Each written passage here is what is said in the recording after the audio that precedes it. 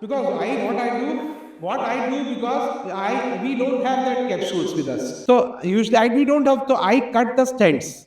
I cut the binded stents. So I take a empty capsule. Two is anorectal manometry. You know what has been your overall experience with anorectal manometry? Whether it is really helpful in differentiating between a slow transit constipation and dysarthritic defecation. I have not seen a rectal pressure which is lesser than the rectal anal pressure, which is lesser than the anal pressure.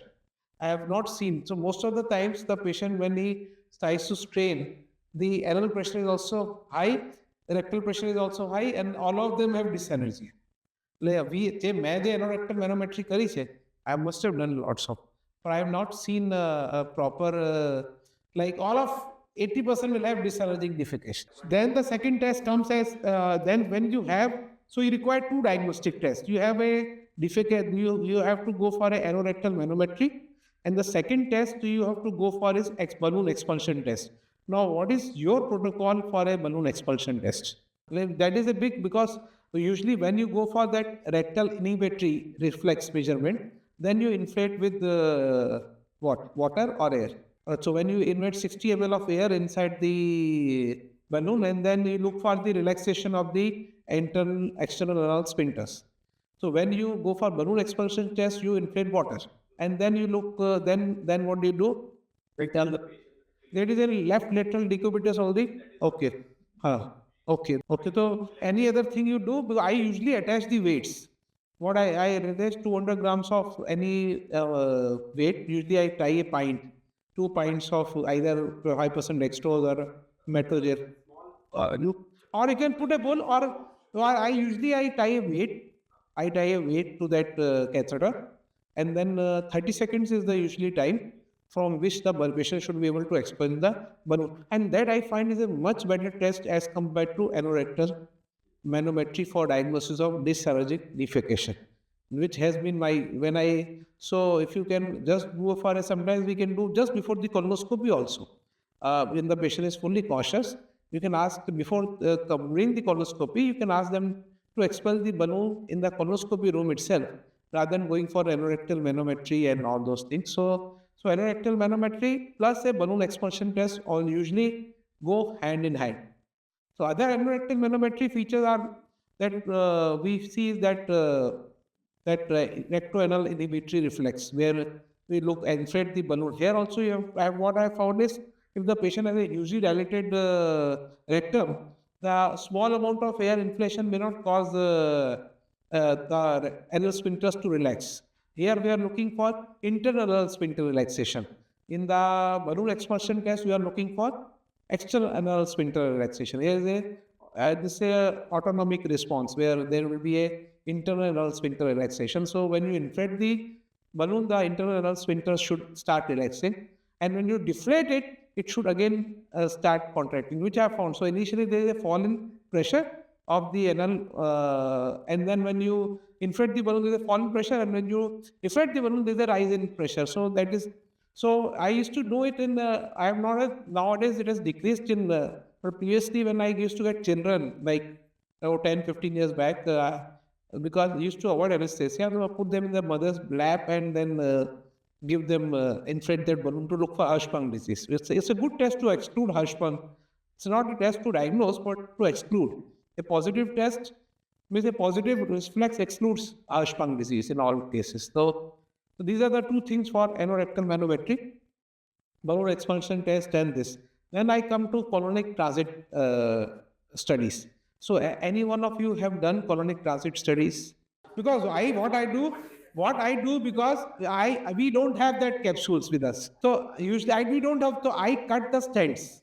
I cut the binded stents. So I take a empty capsule. So how many markers are there? Usually there are 20 markers. 20. So you have to give 60 markers. 20. So usually I cut the stents. I cut that bile duct stents. I take any capsule with me. My staff cuts, opens the capsule, discards the content, put that 20 10 cuts, and then that is how I used to dose, and then give it at. Now there is a doubt: it is 0, 12, and 24, or it is 0, 6, and 12. Like previously we used to do it 0, 6, and 12. Then Dr. Ghoshal changed it to 0, 12, and 24. And 36 hours I usually do not do. I do it directly at 60 hours. That is 2.5 days after giving and usually 14 markers or 15 markers. If they are less than that, then means that patient has a normal. If the markers are more than 14, then we are I'm doing it. It's been very difficult to see the if the patient that stands properly in that loaded colon. So I usually have one fixed radiologist who does it. Otherwise, it's not an easy test to done, but still it is useful. Then we can monitor the response also, that you have started some medications, and then you can see that whether the number of, after repeating this test after some time, whether, like usually I have told this Iyengar is there in Muda circle, so I usually have contact with him. So whenever, because he knows, and then he takes the less or more exposure. So, but usually I don't do it 36 hours. Usually I do it 60 hours.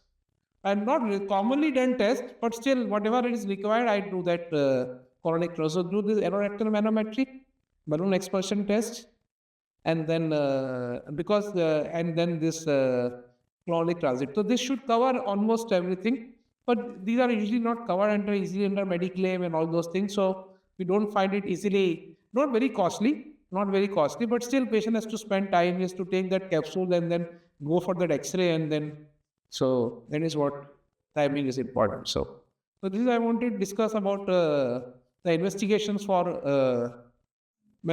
constipation. And in the investigations, like we get calcium done sometimes, hypercalcemia is a cause, hypothyroidism is a cause. Sometimes celiac disease can also be a cause of constipation. Anything else you want to add in investigations? Any of one of you? Which investigations would you like to a patient? Then we go for MRI defecography. So what do we see in MRI defecography? Because we have seen multiple reports of MRI defecography. So what are the 3-4 things which we as a gastroenterologist need to see in MRI defecography? We have to see, first only thing is the rectoanal angle. If the angle is becoming straighter, obtuse on straining. So if the angle is becoming straighter, then it is one good thing. The second thing we should see is the presence of any seals, any prolapse of the anterior rectal wall, a rectocele has happened, and then which we should be able to appreciate ourselves. And the third thing we should look for is the prolapse of the mucosa, the prolapse which is really the obstructed defecation syndrome or the rectal prolapse. Then otherwise, the other things, descent of the perineum is not so important for us. It is not so important for as a guest. They report that this much perineum descent is there. Perineum descent is important. Less than 3.5 centimeters should be there. More than 3.5 centimeters indicates that the pudendal nerve is not working properly. So there should be a descent of the perineum. There should be correction of that angle from acute to obtuse. And there should not be any anterior rectocele. And there should not be because there is a lot of problem, because many of these patients of SRUS or obstruction when straining, fingering, then whether we have to advise them surgery or not, because we have that obstructive defecation syndrome, surgery is also available, and ODS is the commonly. So when do you advise them surgery? So that is a big problem. I sent to Bikubai, I've sent people to, in Bombay also, I've sent people to Dr. Haribhakti also in Ahmedabad. Some people have varied opinions. Same MRI defecography, varied opinions. So there's a issue here in surgery of, some people do respond when there's an obstruction, like he has to strain, and it is not really the pelvic muscles which are responsible, it is the mucosa which is prolapsing, obstructing, then the surgery will help. It's almost a rectal collapse, then the surgery is going to help in those patients. When there's a big anterior rectocele, then the surgery is going to help. But the surgery is not going to help if there is a surgery is not medical officers. The surgery is not going to help if there is a tight muscles. But is there something like Botox? Has anyone tried Botox injecting into those into the muscles around the because sometimes we do have these patients who have severe obstructive defecation, and there is no rectal collapse. And whether you want to inject, because I read the literature a few times, there is someone injected Botox into that.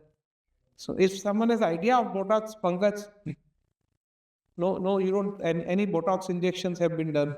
So I was just thinking that people have tried Botox injections through the into the surrounding pelvic floor muscles. But this is the few things, because otherwise, except biofeedback and physiotherapy and loosening the stool, there is nothing we can do much for this. Except to explain them. This is what.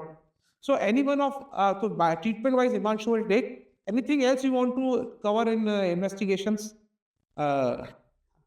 Pankaj, you want to tell anything? Shrey has covered the diagnosis, the history-wise. I have covering the investigations. Himanshu will cover. Or if someone else wants to cover anything else, Himanshu will now cover the treatment. Okay. Thank you.